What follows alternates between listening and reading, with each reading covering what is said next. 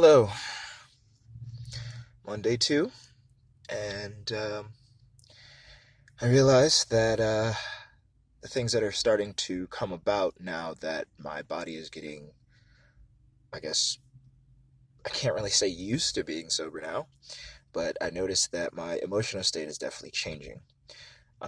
When I used to smoke, drink, you numb yourself. You don't really feel anything. You're not very emotional. You don't really think too much about anything other than just kind of being in that state of numbness, and it doesn't really matter. I've noticed since I have been sober, now going on the second day, my emotional state is definitely changing, and I noticed that I'm becoming a little bit more emotional. I can't really say I was a quiet person originally, and I mean, I'm not really a quiet person, but I definitely knew how to kind of keep my mouth closed and just observe and not speak too much. But there has definitely been a change in the aspect of how I feel about the things that are going on now. Um, I've noticed that I'm getting a little flustered a lot quicker, and I'm quick to kind of react negatively towards certain things. That's something that I definitely need to focus on a little more as this continues. I know it'll probably get easier as time goes on, but as far as how I'm viewing everything now, it's really uncomfortable. It's really, really, really uncomfortable. It's like a sense of detox. If you sit in your feelings and you don't really do anything about trying to actually focus on what's going on around you, you're really going to deal with a whole lot of problems. You are going to be irritated a lot faster. You are going to notice that you have a bit of a temper a lot more. And I mean, of course, it does definitely depend on the type of person you are. Mine is more so of an anger situation, whereas for other people, it could be they become sad faster or they are a little bit more hyperactive. For the fact that they're not really using any of this stuff anymore. So my emotional state is just kind of on the fritz. Um, it is definitely a big part of the change that I'm gonna have to go through to better understand myself. Um, I'm going to have to notice the triggers that happen. I'm going to have to notice the things that get under my skin, the moments that I notice that my reactions are not how I want them to be, and I have to work on that. It won't be the easiest thing in the world, but the more I kind of focus and I pay attention to these kinds of things and I speak these kinds of things out, it will help me.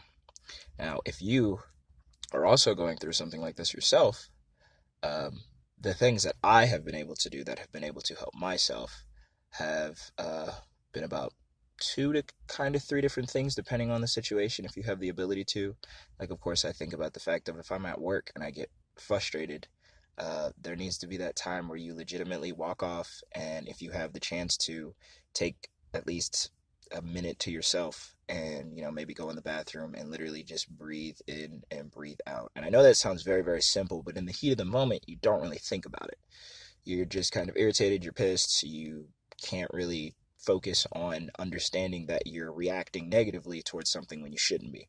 So that's probably the easiest one out of all of them. But again, it's something that you have to actually make sure you're paying attention to.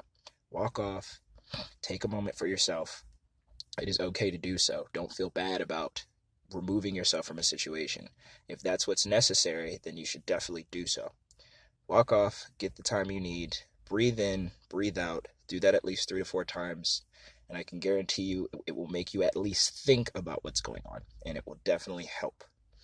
The other thing, if you have, of course, the ability to, if you're not at work, if you're not, doing something that has to abide by your time, um, try to uh, go towards something that you enjoy doing, listening to music, um, maybe meditation, maybe being able to, have a nice meal or something like that. Actually being by yourself and reflecting on that moment is probably, at least for me, one of the best things that I can do to deal with the situation.